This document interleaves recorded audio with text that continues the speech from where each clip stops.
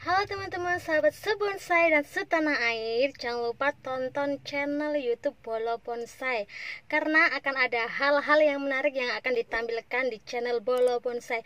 Jangan lupa komen, like, dan subscribe, karena subscribe itu gratis. Terima kasih.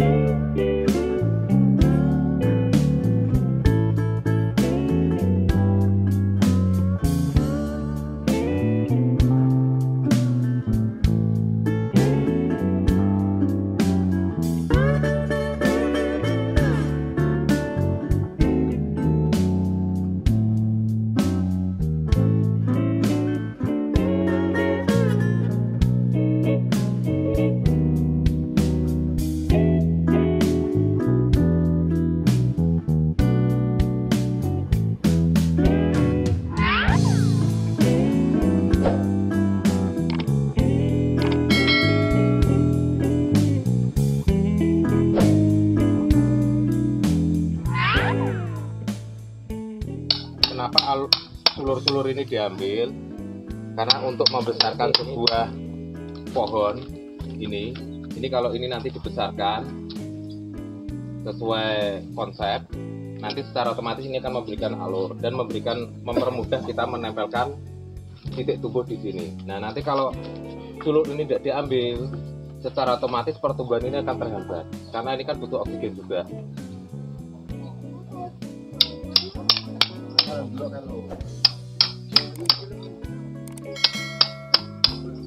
Dan biasanya kalau di bahan yang baru dapat, kalau terbungkus sulur ini paling sulit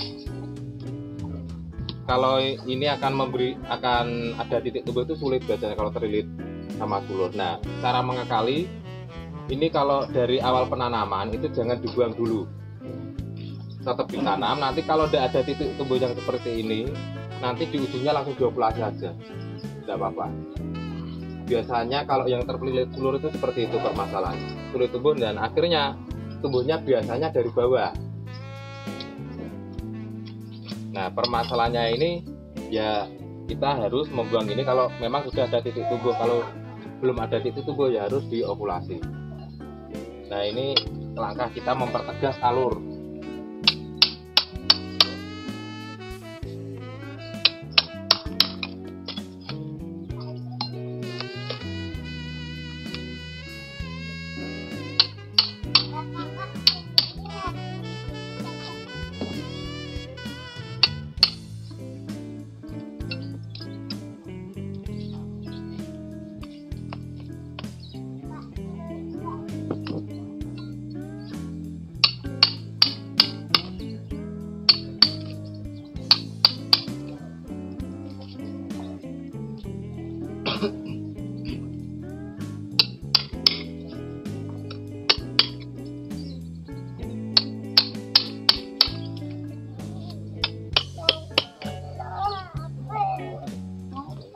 Monggo kalau ada pertanyaan bisa dipertanyakan langsung seputar programan.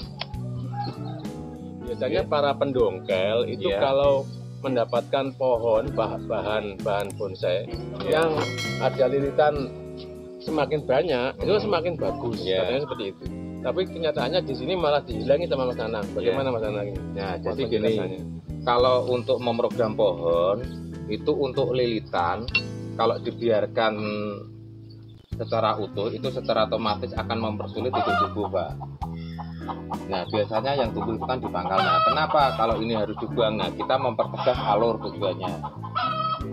Nah, biasanya kalau lilitan ini dibiarkan secara otomatis, ini kan lilitan ini kan ada ujungnya. Nah, ini kan ke bawah. Secara otomatis lilitan ini tidak mungkin bisa besar. Nah, untuk mempertegas alur ini nanti alur ini kalau kita besarkan sesuai konsep nanti turun ke sini, secara otomatis ini bikin alur. Nah, untuk menciptakan alur yang sesuai diinginkan. Kadang kan pendongkel belum paham bagaimana alur itu. Nah, seperti bonsai yang jadi-jadi itu, alur itu dibuat seirama dengan pembuatan tangan. Misalkan di sini. Nah, di sini awalnya itu tidak ada alur ya seperti ini. Itu akar sulurnya dihilangi. Nanti pas proses pembuatan tangan, ternyata di sini ada kopong. Nah, itu baru bisa diisi sulur tapi dari tanganan sini. Nah, pada waktu musim penghujan biasanya kita lukai, nanti akan keluar sulur di sini. Nah, itu baru ditata, dialurkan ke sini. Bagian mana yang mungkin nanti ada lubangnya atau kurang kuratnya, kita alurkan di sini. Nah, biasanya kalau karakter Vickers itu untuk membuat alur yang besar, misalkan seperti ini ya, ini kan kecil, untuk menutup sini, ini yang bisa membesarkan itu tangan dari sekecil ini. Secara otomatis kalau ini gede, secara otomatis alurnya ini juga ikut gede karena ujungnya ada titik tumbuh yang diliarkan. Nah, makanya kenapa ini harus dihilangkan, karena ini tidak ada titik tumbuh tunas. Karena ini otomatis titik tumbuhnya di atas, karena di bonggolnya dipotong, secara otomatis ini antara hidup dan mati, tetap hijau tapi tidak bisa keluar tunas. Nah, biasanya nanti kalau ada alur yang nyelempang sini, alurnya kan mestinya kan ini ke sini. Nah, ini ada yang enggak searah, ini kita buang aja, Mas. Soalnya nanti alurnya biar tegas ke sini, karena ini gerak dasarnya kan ke kanan, secara otomatis kaki kanan ini harus kita perbesar. Jadi biasanya kalau ini enaknya dibuang aja, biar alurnya tegas sekalian.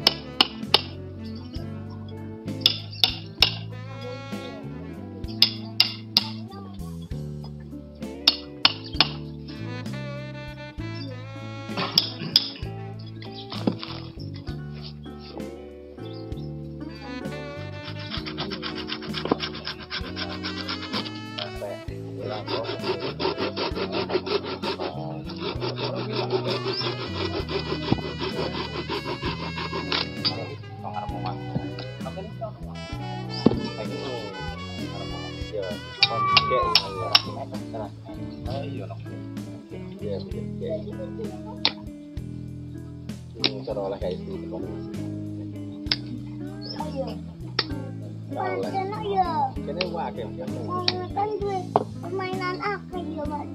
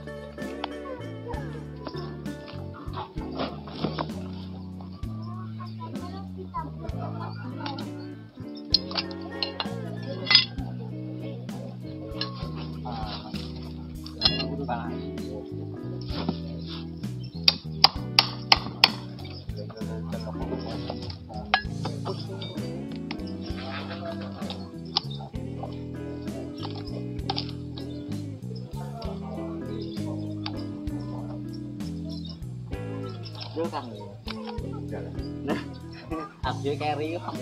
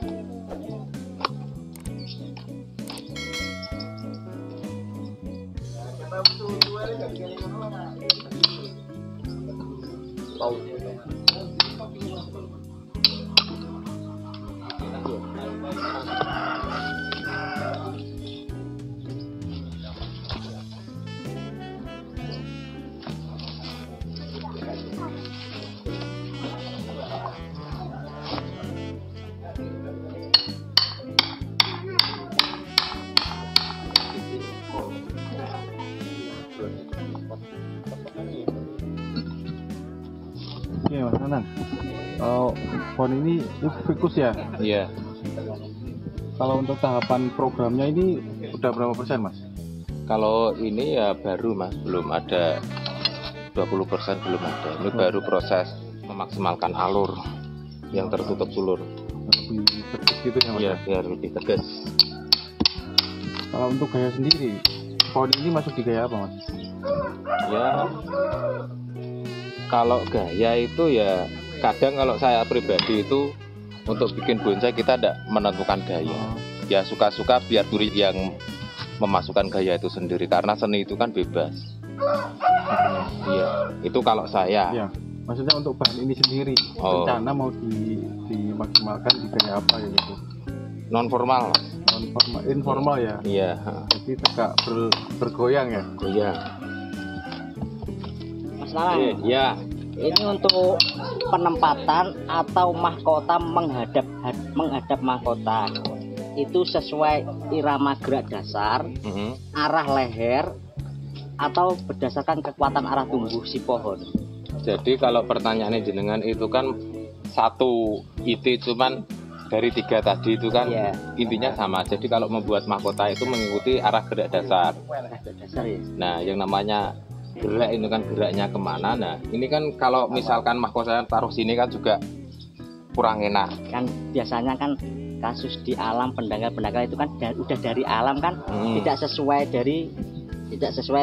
gerak dasar, tapi kadang lahirnya itu berlawanan dengan gerak dasar. Ya, resikonya harus kita potong. Yang namanya kita memperindah harus mengikuti proses. Bagaimana kita bisa memproses supaya tanaman itu kan menjadi bagus. Alam mengikuti kita, kita juga harus mengikuti alam. Tidak sepenuhnya kita harus mengikuti gerak pohon, dah. Kita 50-50 lah yang namanya bonsai. Kita bisa mengikuti gerak pohon, tapi kita juga harus mengikuti pohonnya itu sendiri. Makasih Mas Nanang. Iya.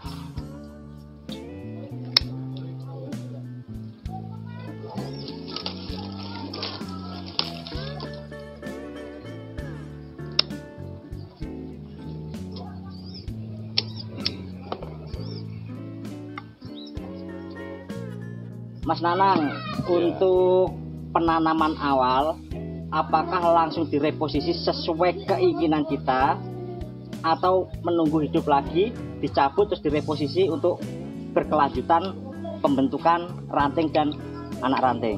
Sebetulnya untuk reposisi itu melihat kondisi pohon. Kalau memungkinkan itu sesuai konsep kita dari awal ya tidak apa-apa, tapi harus lihat dengan kondisi. Dalam artian kondisi itu melihat posisi kaki.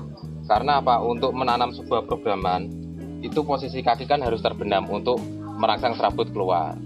Ya intinya itu harus melihat kaki dulu biar posisi itu mudah. Tapi kalau memungkinkan dari awal sesuai konsep kita ya tidak apa-apa ditanam sesuai konsep kita. Tapi kalau tidak memungkinkan ya harus terbenam dulu. Nah, biasanya untuk reposisi kita harus paling tidak seperti ini, titik tumbuh itu paling tidak 50 cm, itu baru kita reposisi. Nah, kalau untuk reposisi itu alangkah baiknya jangan dicabut, cukup ditarik, digoyangkan aja. Misalkan kalau kita mau reposisi sebelah sini doyongan ke sana, ini alangkah baiknya langsung kita tanamin gergaji, langsung digergaji serabutnya, langsung kita todongkan ke kiri.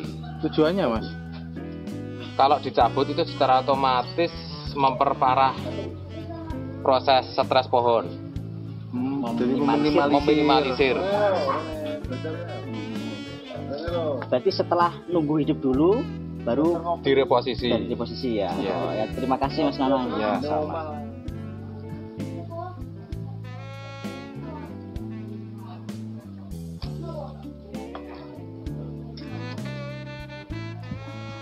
Kalian diarahin rantingnya cabangnya juga ya Mas? Diarahkan.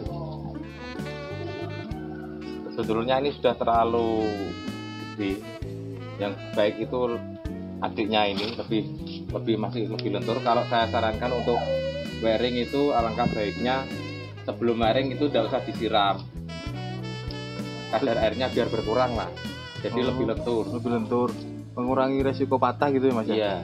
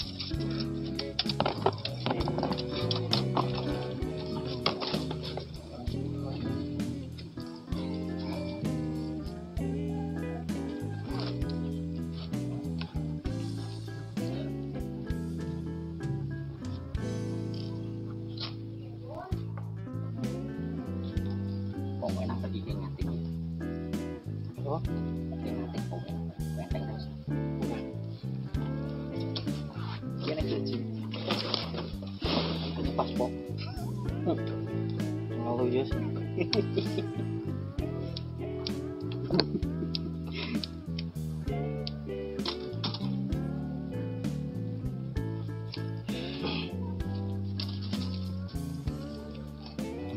Jadi saran buat teman-teman kalau mau wiring itu untuk programnya itu alangkah baiknya dilenturkan dulu, ditekuk-tekuk, letoy lebih lemas, dicekal-cekal itu lepas Mas, lebih enak. Perlu sentuhan, jadi biar lebih lembut kalau diperas.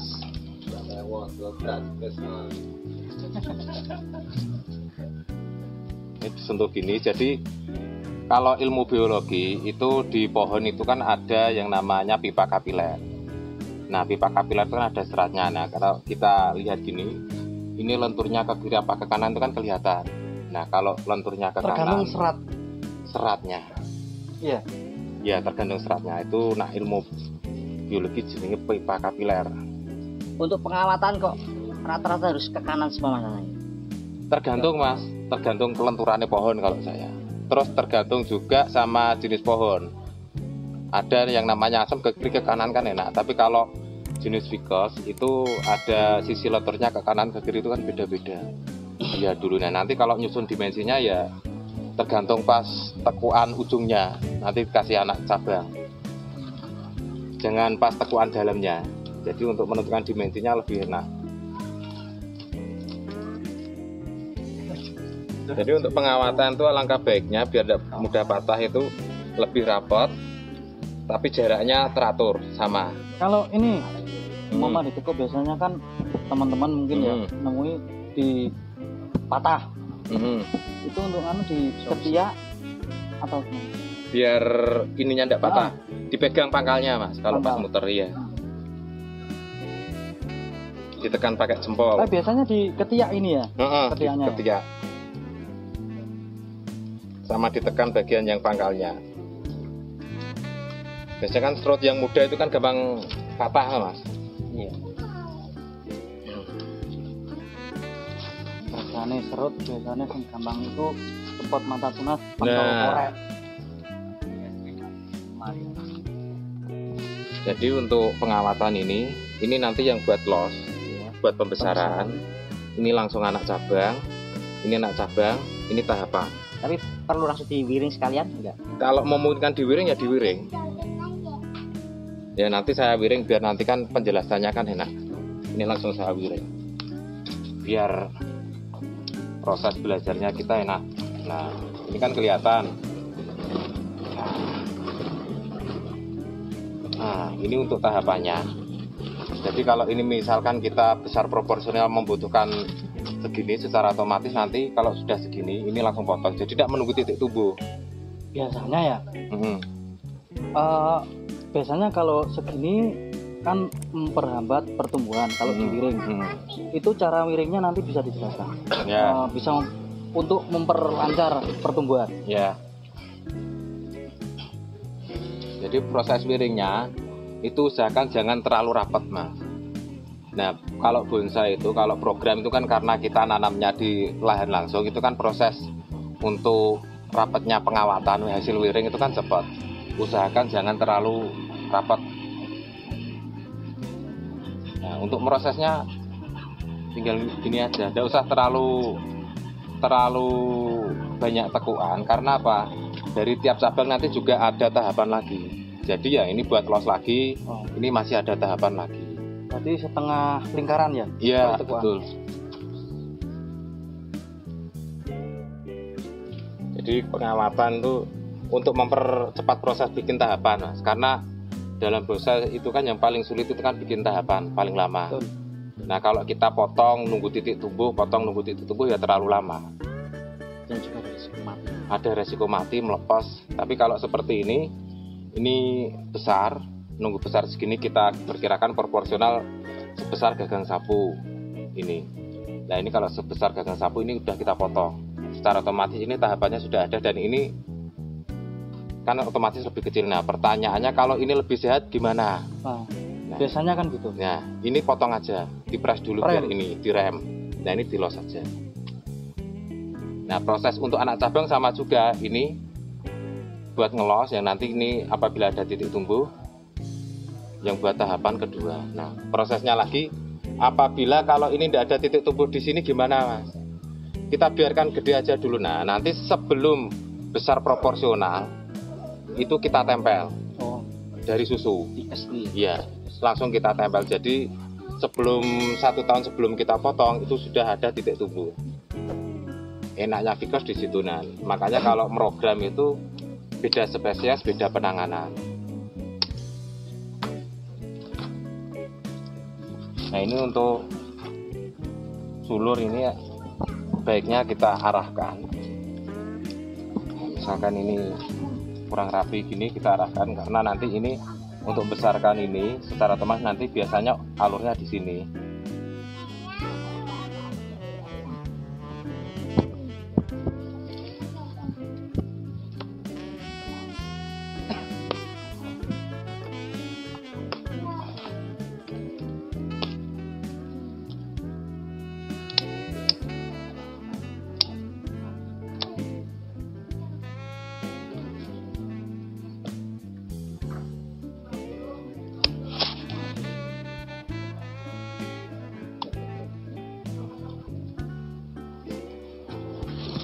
Kita buang aja yang dekat belakang. Apapun untuk program kaki atau reposisi itu usahakan jangan sampai bongkar. Misalkan kalau kita mau reposisi condong ke depan, ya cukup sini yang kita gergaji akarnya, langsung kita dorong ke depan gitu aja. Jadi meminimalisir proses stuck itu kan proses berhenti sementara karena proses itu. Nah, kalau kita gergaji sebagian gitu kan dia tidak stuck.